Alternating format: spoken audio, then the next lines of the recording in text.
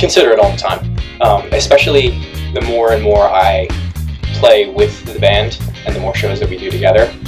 It feels more like a band, to the point where, you know, I've almost said, and I honestly think I'm going to start saying, like, we are Kai Weinkauf, which is a fun little way to sort of, you know, derealize from, and de-abstract, or like, de-abstract is not the word, but disconnect from the meaning of my name in a funny way.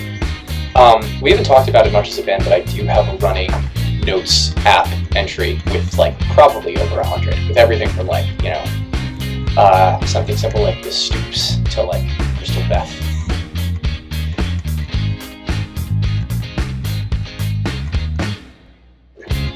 So Eddie is the drummer.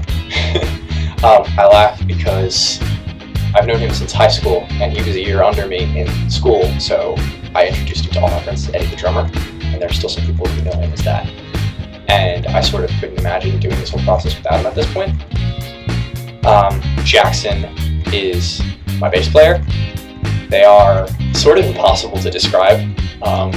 They're just a person that you maybe sort of have to meet to understand them, but just eclectic is one of the first words that comes to mind. Incredibly talented, perfect pitch, which is incredibly useful to just sort of have around. Definitely just an asset in so many ways. And then Matt is the guitar player. Matt is maybe a better singer than I am, and probably a better guitar player as well.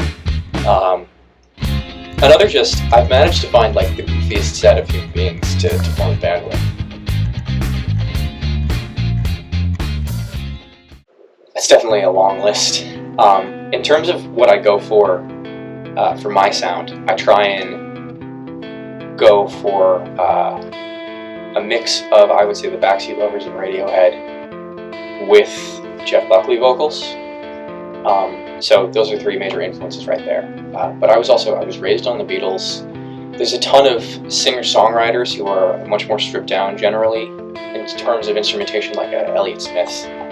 I think is everybody's greatest influence nowadays, but you know, I think it's like a correct choice. You know, you're right to be influenced by him.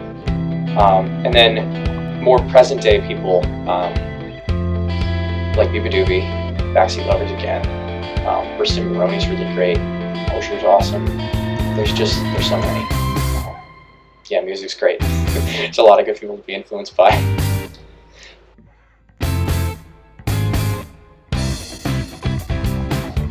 I knew to some degree that I wanted it pretty much as soon as I started playing guitar. I sang a song for a friend's 16th birthday when I was 15, and that made me want to pick up the guitar, because I thought, you know, what we had done for my friend was really cool. But then as soon as I started playing, I really just wanted to figure out how it worked and start figuring out how songs work and start making them myself. Something just sort of clicked, I guess.